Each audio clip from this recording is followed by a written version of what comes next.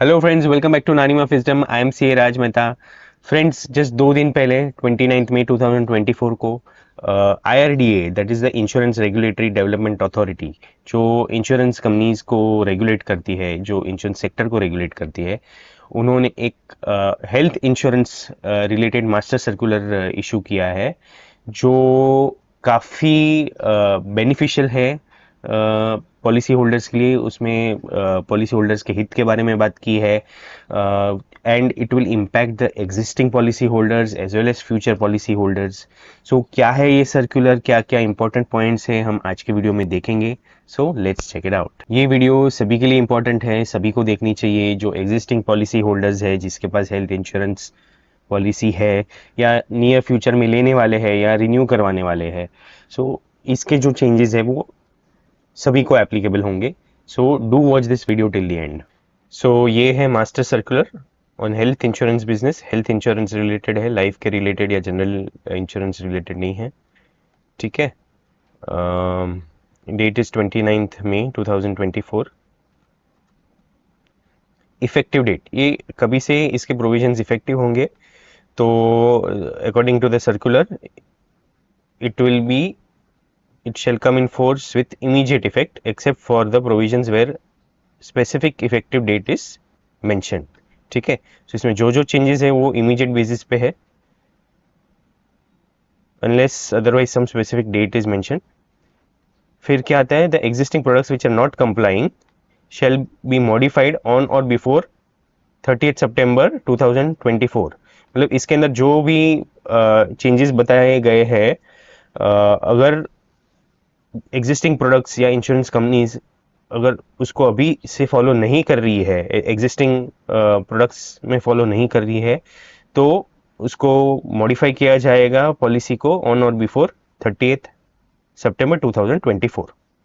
ठीक है। The insurer may extend the benefits arising out of the revise regulatory framework to the existing policy holders. मतलब ये compulsion नहीं है, यहाँ पे मे वर्ड यूज किया है इसलिए कि अगर कोई इसमें बेनिफिट्स आ रहे हैं तो insurance company can take a call whether to provide the existing policy holders with the benefits or not. So coming to the main points in the circular, सबसे पहला पॉइंट ये बोला गया है कि इंश्योरेंस कंपनी को अलग अलग प्रोडक्ट्स देने हैं, covering all ages, covering all medical conditions, covering pre-existing diseases and chronic conditions, covering all system of medicines and treatment, including allopathy, Ayush and other systems of medicine। मतलब ऐसा नहीं है कि आपने आयुष की ट्रीटमेंट कराई और आपका क्लेम पास ना हुआ या वो कवर नहीं है आपके पॉलिसी में, वैसा नहीं होना चाहिए। Even Ayush treatment and other alternative system of medicines shall be allowed। Then yeah, every situation of treatment including domiciliary hospitalization, outpatient treatment, day care, home care treatment, ये सभी को कवर होनी चाहिए। And all regions, all occupational categories, even persons with disabilities and any other categories. So पूरे India में even नुक and corner ऐसा नहीं होना चाहिए कि particular policy is not applicable to certain region या certain occupational categories, like say for example जो कंस्ट्रक्शन वर्कर्स है, ज़्यादा हायर रिस्क कैटेगरी में होते हैं, तो उनके लिए भी पॉलिसी उनको देनी है। They can not exclude such categories of people. Persons with disabilities, mental disabilities, physical disabilities, उनको भी कवर करना है। सो ये एक मेन पॉइंट है यहाँ पे। फर्दर सभी टाइप के हॉस्पिटल में ट्रीटमेंट कवर होगी। इमरजेंसी सिचुएशन के लिए भी सब ट्रीटमेंट जो भी है, या हॉस्पिटल जहाँ पे भी आप ट्रीटमेंट लेते हो, वो भी कवर होना चाहिए पॉलिसी में। देन कस्टमाइजेशन मिलना चाहिए according to the customers requirement. अगर आपको पॉलिसी में सर्टन डिजीजेज आपको इंक्लूड करने हैं तो वो आपको फैसिलिटी होनी चाहिए। सो ये डायरेक्शन दिया है, insurance shall allow for customization of products. Coming to the next point, products are to be made available to cover technological advancements and treatments. Friends, just like any other field, medical science field में भी काफ़ी सारे developments आते हैं on regular basis. काफ़ी काफ़ी अलग अलग ट्रीटमेंट्स आते हैं to to deal with a particular disease. So ये सभी नए नए ट्रीटमेंट्स कवर होने चाहिए according to the new circular. इसमें स्पेसिफिकली अगर आप देखोगे तो यहाँ पे रोबोटिक सर्जरी के बारे में बोला है। Your the policy should cover such surgeries, stem cell therapy के बारे में बताया है। So any other treatment using advance technology as per product design. So ये चीज़ इंक्लूड होनी चाहिए आपके पॉलिसी में। Coming to the third point, products are to be made available in compliance with various laws. Insurers shall offer products in accordance with the relevant provisions of the following laws. सो यहाँ पे बोला गया है कि insurers को mental health related उसके वो disease related भी पॉलिसी बनानी है। Persons with disabilities, surrogacy related, transgender persons को भी इंक्लूड करना है, उसके रिलेटेड प्रोविजंस होने चाहिए पॉलिसी में। फिर HIV एंड एड्स को भी कवर होना है। सो काफ़ी सारे चेंजेस प्रिस्क्राइब किए हैं। नेक्स्ट है कस्टमर इंफॉर्मेशन शीट। ये कस्टमर इंफॉर्मेशन शीट में सभी डिटेल्स इंक्लूड होने चाहिए। The insurer has to provide the customer with this sheet. ये इंफॉर्मेशन में basic features of the policy cover होने चाहिए एक जगह पे। It is applicable, it should be made available for both individual insurance policy as well as group insurance policy. और क्या क्या इसमें डिटेल्स होने चाहिए, details related to the type of insurance, some insured कितना है, कवरेज क्या क्या प्रोवाइड किया है, समरी ऑफ एक्सक्लूजन्स, क्या क्या एक्सक्लूजन्स है, क्या क्या डिजीज़ कवर नहीं है, फिर सब लिमिट है तो क्या है, और डिडक्टिबल्स के रिलेटेड इंफॉर्मेशन प्रोवाइड करना है, वेटिंग पीरियड है तो कितना है, कौन से डिजीज़ के लिए है, वो प्रोवाइड करना है। और बाकी other areas such as free look period, policy renewal related information देनी है, माइग्रेशन रिलेटेड इंफॉर्मेशन देनी है, पोर्टेबिलिटी, मॉरेटोरियम पीरियड, ये सभी के लिए इंफॉर्मेशन देनी है। ऑल्सो इंफॉर्मेशन देनी है regarding the claims procedure, policy servicing, grievance redressal mechanism etcetera. और ये इंपॉर्टेंट चीज़ है यहाँ पे, एक्नॉलेजमेंट इन फिजिकल और digital will have to be obtain from the policy holder, कि आपको ये इंश्योरर से मिल गया है।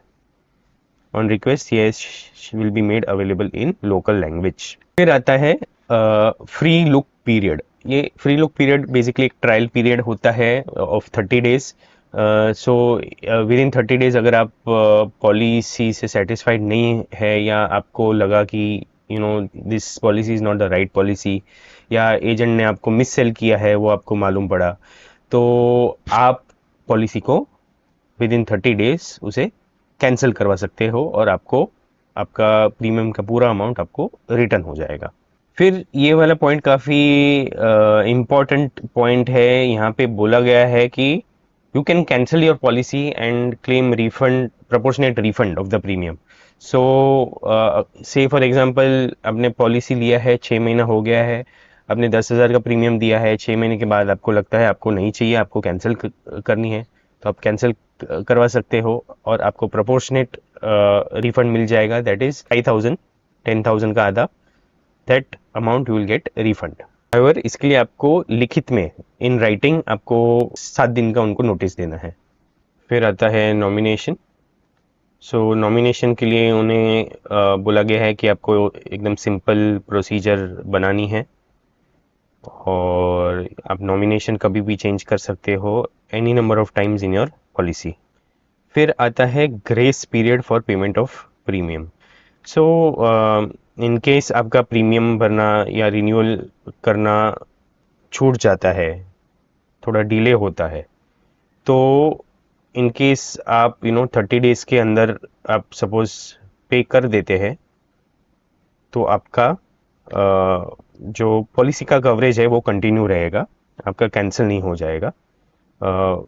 Where premium is paid on monthly installments, तो वो 15 डेज का ग्रेस पीरियड दिया है, और जहाँ पे एनुअल है वहाँ पे 30 डेज का ग्रेस पीरियड दिया है।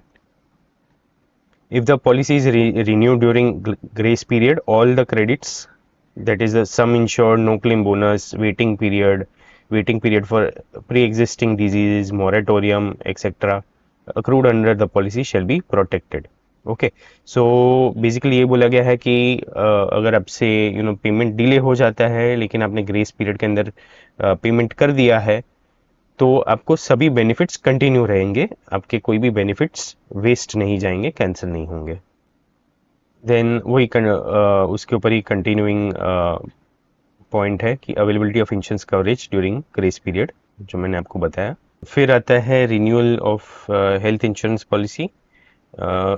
यहाँ पे बोला गया है कि other than the case of fraud और नॉन डिस्क्लोजर और मिस रिप्रेजेंटेशन, रिन्यूअल होना चाहिए आपका पॉलिसी का। और अगर सम इंश्योर्ड भी अगर चेंज नहीं है तो there is no need of fresh underwriting. If however you want to increase the sum insured, then insurers may underwrite only to the extent of the increased sum insured. ठीक है। Also, insurer shall not deny the renewal on the ground that the policy holder had made a claim in the preceding policy years. ठीक है। फिर आता है migration in case of indemnity policy. Migration in case of migration of मतलब एक policy से दूसरे policy में अगर आप जाते हो within the same insurer, तो जो भी बेनिफिट्स है वो ट्रांसफ़र हो जाएंगे to the new policy. So in case of migration of one policy to another with the same insurer, the policy holder can transfer the credits gained to the extent of the sum insured, no claim bonus, specific waiting period for pre-existing diseases, moratorium, etc. in the previous policy to the migrated policy. फिर आता है portability in case of indemnity policy. So portability ये बोलता है कि आप एक company से दूसरे कंपनी में आप पॉलिसी ट्रांसफ़र कर सकते हो। यहाँ जहाँ पे माइग्रेशन की हम बात कर रहे थे तो migration was with in the same company, सिर्फ एक पॉलिसी से दूसरे टाइप का पॉलिसी में माइग्रेट करने की बात हो रही थी। यहाँ पे from one company to another company policy shift होने की बात हो रही है। सो इसके लिए क्या बोला है कि इसके लिए बोला है कि the acquiring and the existing insurer shall jointly ensure that the entire underwriting details and claim history of the policy holders are seamlessly transferred. Okay, the existing insurer shall provide the information sought by the acquiring insurer immediately, but not more than 72 hours of receipt of request through the insurance information bureau of India, IIB. ठीक है। So within 72 hours जो existing insurer है उसको details देनी है to the acquiring insurer through the IBB portal. The acquiring insurer, so जो नई company में आप जो ट्रांसफ़र करना चाहते हो वो कंपनी, वो that insurer shall decide and communicate on the proposal immediately, but not more than 5 days of receipt of information from the existing insurer. Okay, and then the policy holder is entitled to transfer the credits gain, specific waiting period, no claim bonus, etc etc, same point जो ऊपर था वो। Okay, सो जहाँ पे आप port करते हो वो इंश्योरेंस कंपनी को विद इन 5 days आपको जवाब देना है कि यस हम आपका पोर्टिंग का रिक्वेस्ट एक्सेप्ट करेंगे कि नहीं करेंगे। Coming to the next point, policy or claim can not be contested. So ये पॉइंट ये बोलता है कि अगर 60 मंथ्स कंप्लीट हो गए हैं, कंटिन्यूस आपने प्रीमियम भरे हैं, then insurance company can not deny any claim unless there is a established fraud. So no policy and claim of health insurance shall be contestable on any grounds of non-disclosure and or misrepresentation except for the established fraud after the completion of moratorium period, that is 60 months of continuous coverage. Okay, further ये point दोनों के लिए applicable होगा ported policies के लिए भी और migrated policies के लिए भी। ओके, सो उसका अगर पुराने पॉलिसी में भी उन्होंने प्रीमियम भरा है फॉर सर्टन मंथ्स, तो वो पीरियड भी काउंट हो जाएगा while calculating this 60 months of continuous coverage. फिर आता है no claim bonus. So no claim bonus में ये कहा गया है the insurer may reward policy holders who do not make claim in the form of no claim bonus. अगर आप पूरे साल में कोई क्लेम नहीं करते हो, तो जब भी आपका रिन्यूअल होता है पॉलिसी का, तभी insurance company can give you a no claim bonus. वो किस तरीके से हो सकता है? वो दो तरीके से हो सकता है। या तो आपका सम इंश्योर्ड बढ़ा देंगे, द इंश्योरेंस का मतलब अगर आपने 5 लाख का पॉलिसी लिया है, सो तो नो क्लेम बोनस में भी 1 लाख बढ़ा देंगे with the same amount of premium, okay, without any associated increase in premium. That is one way of doing it. Other is they could offer you discount in the renewal premium. Okay, so अगर से 10,000 का premium हो रहा है, तो instead of 10,000 वो बोलेंगे कोई 8,000 2,000 का डिस्काउंट। आई होप आपको मेरी ये वीडियो पसंद आ रही है। If so please like comment and subscribe to my channel Nanima wisdom. Press the bell icon so that you are notified whenever I come up with any new videos. Friends, ये एक काफ़ी इंपॉर्टेंट वीडियो है, सभी के लिए applicable है, all policy holders existing and future. So do watch this video till the end and please subscribe. Now next point, ये point जो है approval for cashless facility and the next point authorization for discharge, ये नए point है, मतलब इसमें changes बोले हैं। So this is the highlight of this circular. यहाँ पे बोला है every insurer shall strive to achieve 100% cashless claim settlement in a time bound manner. The insurer shall endeavor to ensure that the instances of claims being settled through reimbursement are at bare minimum and only in exceptional circumstance. मतलब बोला है कि आपको reimbursement system follow नहीं करना है कि पहले पॉलिसी होल्डर पूरा हॉस्पिटल का बिल चुका दे, फिर जाके after few days the insurer company gives the amount to the policy holder. वैसा सिस्टम फॉलो नहीं करना है। The insurer has to directly settle the bill or settle the claim with the hospital. Insurer shall decide on the request for cashless authorization immediately, but not more than 1 hour of receipt of request. Necessary systems and procedures shall be put in place by the insurer immediately and not later than 31st July 2024. So basically ये system को लगाने के लिए 2 महीने का time दिया है insurer company को to get their systems in place so that they can provide cashless facilities everywhere. Then next point, ये point भी काफ़ी important है, जो नया change लाया है ये point में, final authorization for discharge from the hospital. The insurer shall grant final authorization within 3 hours of receipt of discharge authorization request from the hospital. In no case the policyholder shall be made to wait to be discharged from the hospital. Friends, बहुत बार देखा गया है कि ये सब procedure complete करने में काफ़ी टाइम निकल जाता है, तो डिस्चार्ज भी लेट होता है। आधा दिन निकल जाता है, 1 दिन निकल जाता है डिस्चार्ज के लिए, और हॉस्पिटल उसके लिए चार्जेस फिर एडिशनल लगा देती है। सो बोला गया है ऐसा कुछ नहीं होना है, विद इन 3 आवर्स डिस्चार्ज हो जाना है। if there is any delay beyond 3 hours, the additional amount, if any, charged by the hospital shall be borne by the insurer from the shareholders fund. फिर नेक्स्ट पॉइंट आता है settlement of claims. सो इसके related बोला है कि no claim shall be रेप्यूडिएटेड, मतलब disallowed without the approval of PMC product management company और अ 3-member सब group of PMC called the claims review committee. मतलब कोई भी एक पर्सन आपका क्लेम रिजेक्ट नहीं कर सकता है। There has to be a committee at least of 3 members जो आपके क्लेम के ऊपर डिसाइड करेगी। Further, in case the claim is repudiated or disallowed partially, details shall be conveyed to the claimant along with full details giving reference to specific terms and conditions of the policy document. So basically, in case disallow हुआ है आपका claim या partially disallow हुआ है, तो उनको details देनी पड़ेगी कि क्यों disallow किया है और कितना अमाउंट डिसअलाउ किया है, और कौन से टर्म्स एंड कंडीशंस जो है पॉलिसी में उसके अगेंस्ट डिसअलाउ किया है वो उनको मेंशन करना है clearly.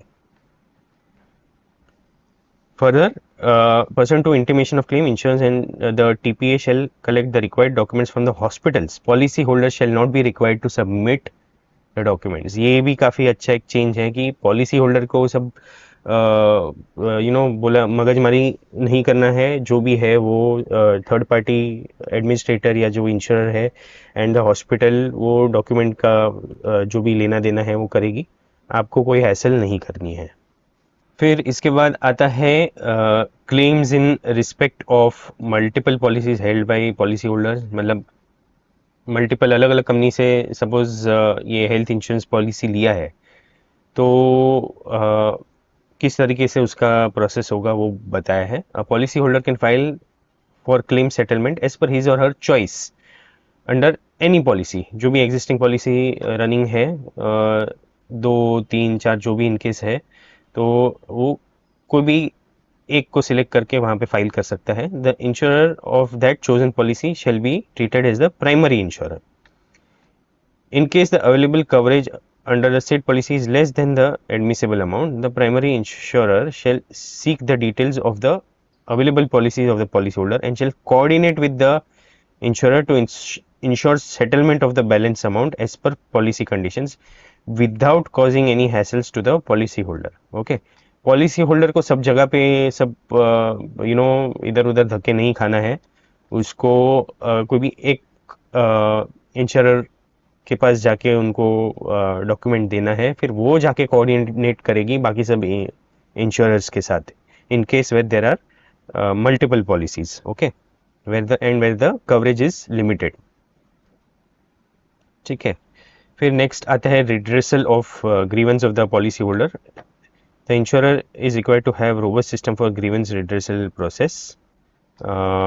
The response letter of the insurance in any grievance shall include the contact details of the ombudsman, where his or her complaint can be escalated in case the policy holder is not satisfied by the grievance redressal provided by the insurer. मतलब in case satisfied नहीं है ensure company के response से तो the policyholder can approach the insurance ombudsman where he can file the complaint. And then last point आता है implementation of ombudsman award. The insurer is required to comply with the award of the ombudsman within 30 days of receipt of the award by the insurer. ये भी एक नया point है. In case the insurer does not honor the ombudsman award, a penalty of 5,000 per day. ये वाला point ठीक है. ये नया पॉइंट है. ये पेनल्टी पहली बार प्रिस्क्राइब की है. shall be penalty of 5,000 per day shall be payable to the complainant. Such penalty is in addition to the penal interest liable to the to be paid by the insurer under the ombudsman rules 2017. ठीक है.